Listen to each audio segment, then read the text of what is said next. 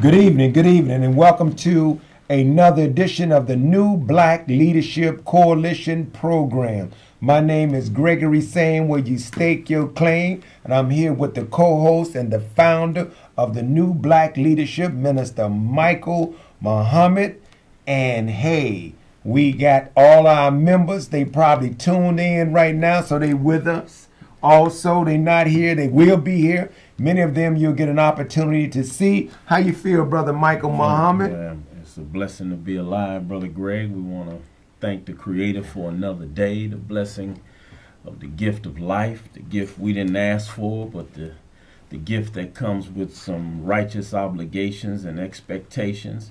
And before we get started, I want to extend prayers and well wishes to Brother Ronald Kwesi Harris, who is a founding member of the New Black Leadership Coalition. He's battling cancer, and he's in a serious struggle right now in the hospital. We hope to see him between tonight and tomorrow to touch him and pray with him and lift him up and pray that Almighty God's will be served with what he's going through. Man, that's I'm not happy to hear that.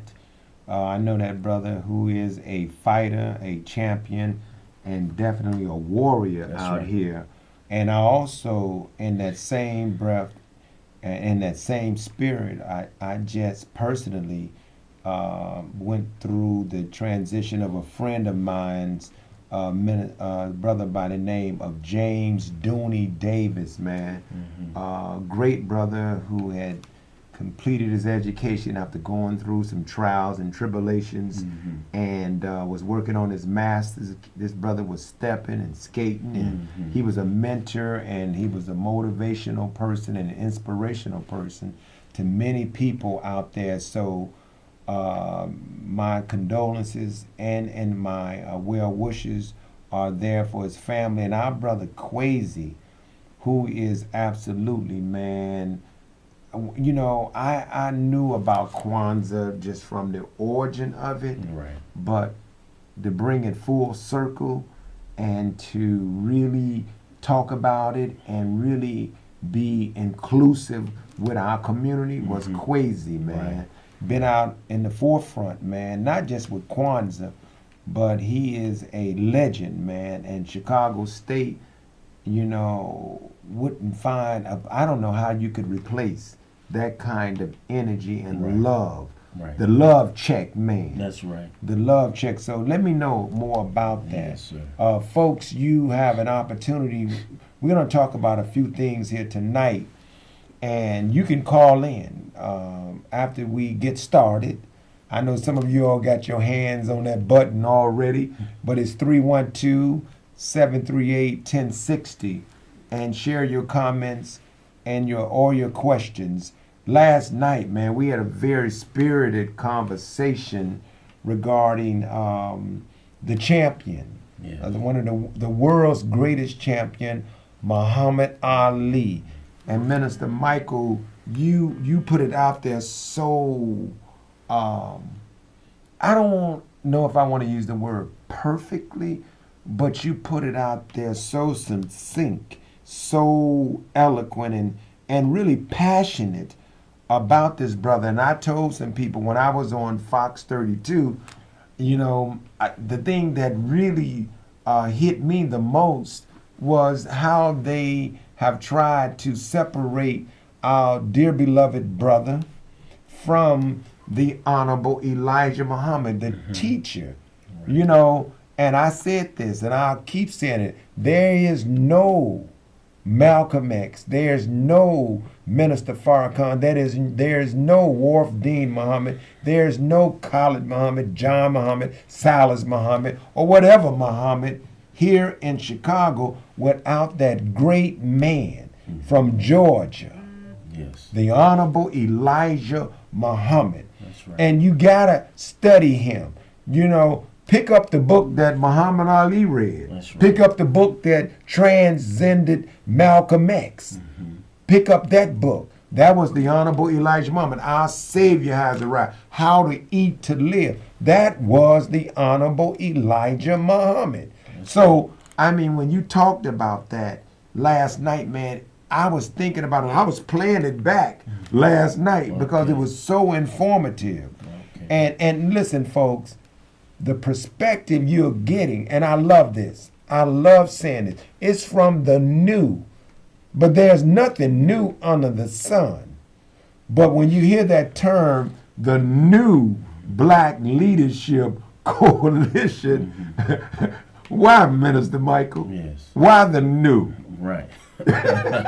Because I know you respect others right. that have been the foundation and etc. But tell us. Well, as Solomon said, and you're reiterating, in one sense, a real sense, there is nothing necessarily new under the sun, except there is something new under the sun.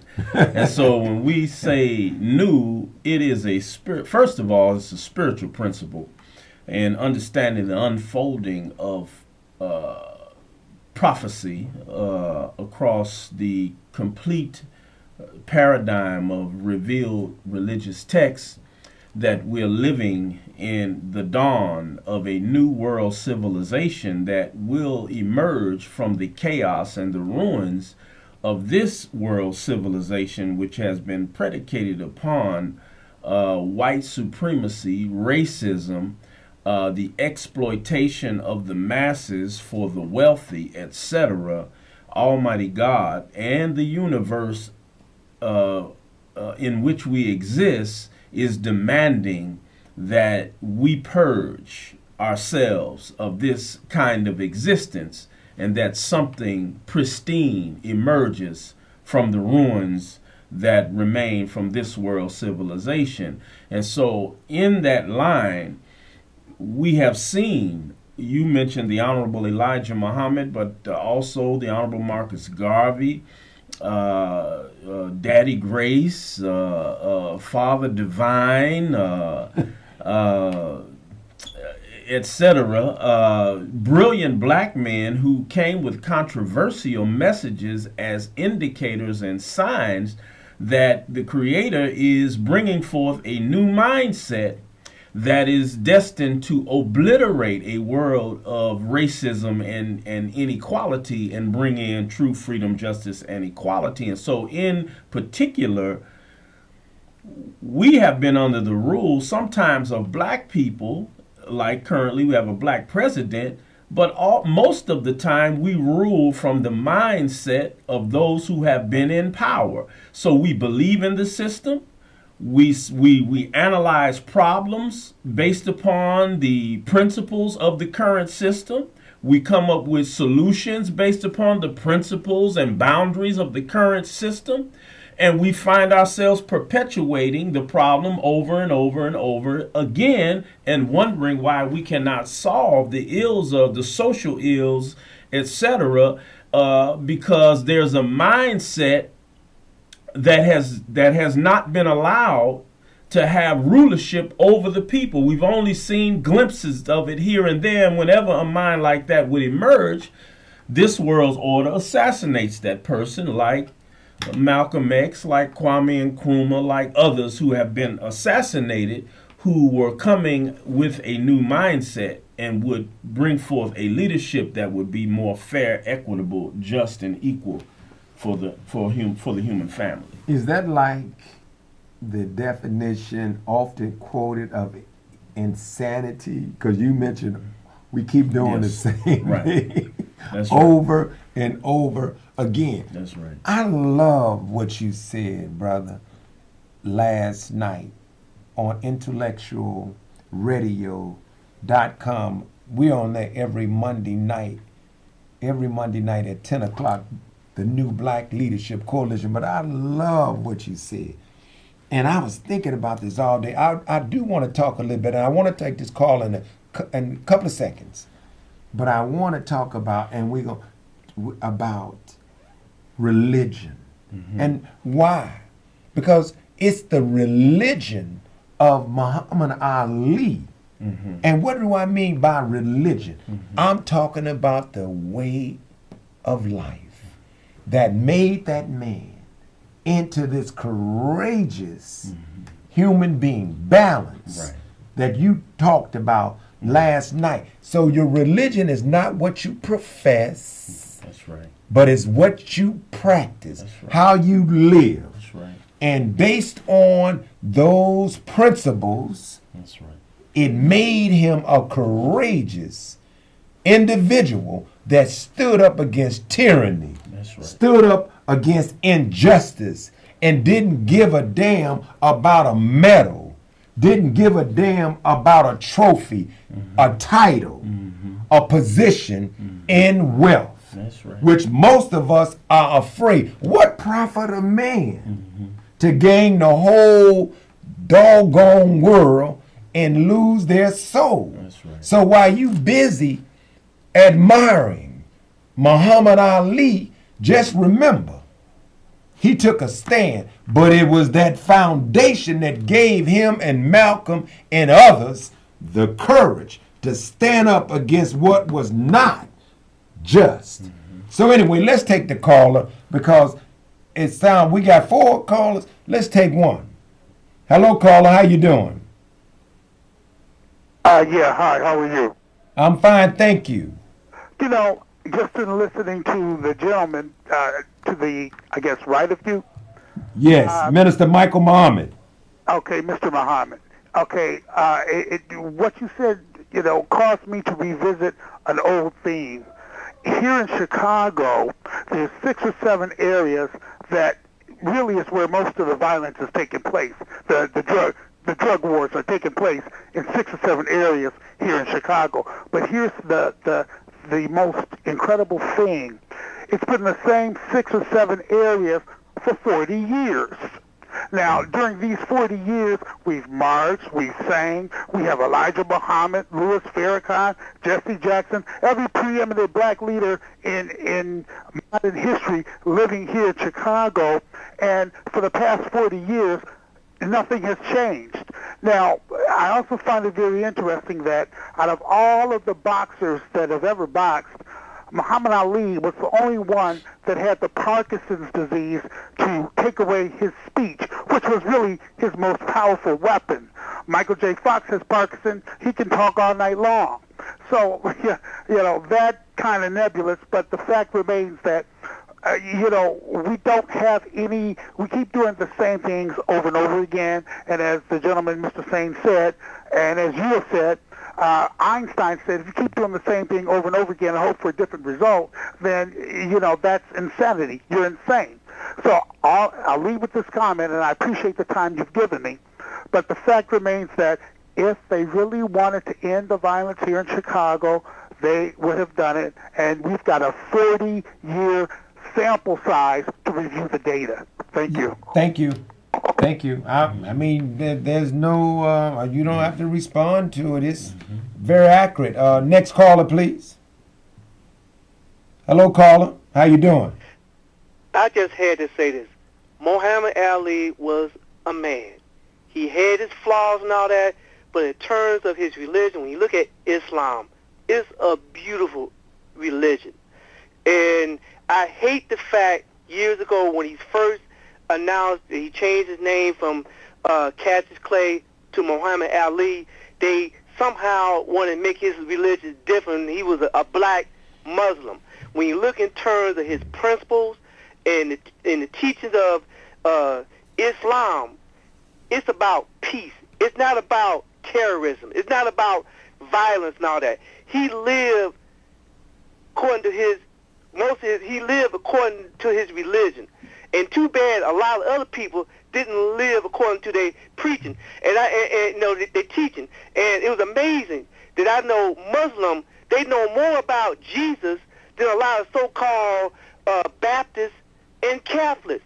And like I said, as a man, all right, he had his flaws now. The one thing I respect about him as a man, he took care of his children.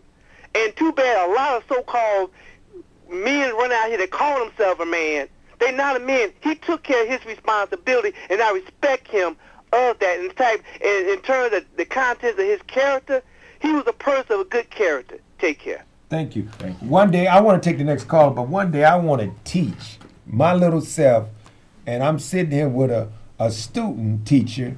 I'm a student too, a student minister. But one day I really want to talk about the word flaw. I want to talk about that because I hear it, and I understand that we imperfect and we make mistakes and we have our shortcomings. We ain't got to dwell on that and that we're human, and because you don't even have to make that part of it.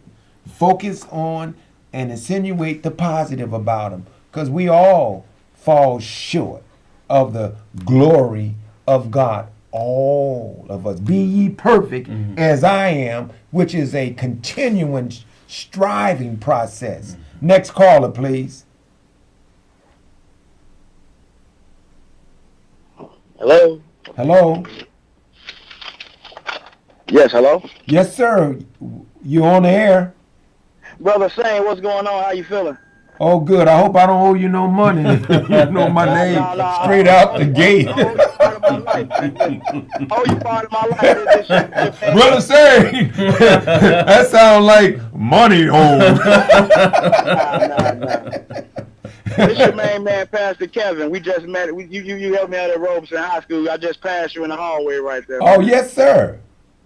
So I wanted to say this, that because, like what mainstream media does, they don't want to associate, the great Muhammad Ali with Islam, because they say he transcended race and he did all these things, but they hate to mention that he was a black Muslim. He was part of the Nation of Islam and associated with Elijah Muhammad, which is a wonderful thing. I'm a pastor. I'm not Muslim, but the facts of the matter is the Nation of Islam helped Muhammad Ali be a better man. He helped him transcend race. They helped him do so many great things in the black community that some of these leaders, some of these athletes, they won't stand up and do. And what I'm, it's still appalled that is, even at his death and his memorial, you don't have the Honorable Louis Farrakhan there speaking at his memorial. You don't have any of the other, prominent black leaders that's going to be there speaking at his memorial. And that's sad to me that this man was such a great ambassador in our communities, and he doesn't get the respect he deserves, even on his way to glory. So, that's my comment. I love you guys. I appreciate how you push the envelope for black leadership in our communities, man. And you all stay blessed. Thank you. Minister Michael, teach on that. You got to. One, the first thing is that brother, I love him. He was one of my mentees over at Robeson. Okay. But we don't know, and I'm saying this is not you, brother, because I know what you mean. And I know you mean the right thing. But when we say, I'm not a Muslim, you are. Because when you really understand what that is, I always tell people, yes, you are. You're really not a Christian. Yes, you are. What are you now? Hold on, Gregory. That's why he on here. The new black leadership have men that by the grace of God like this and others qualify and help explain and break down those barriers of semantics and all of that stuff. But Mike, go back to what he was saying. You can touch on whatever you want, because the brother, thank you, man, because what you said is absolutely a fact. But go ahead. Well, I would just say the reason we say I'm not this or that is because we don't necessarily deal with meaning. We deal with symbolism, even in the way we communicate. And so if you deal with the symbolism of calling yourself a Christian, then fine. But the symbolism and the meaning are two different things. And so when you deal with the meaning of being a Christian, the meaning of being a Hebrew, the meaning of being a Muslim, the meanings are all equal.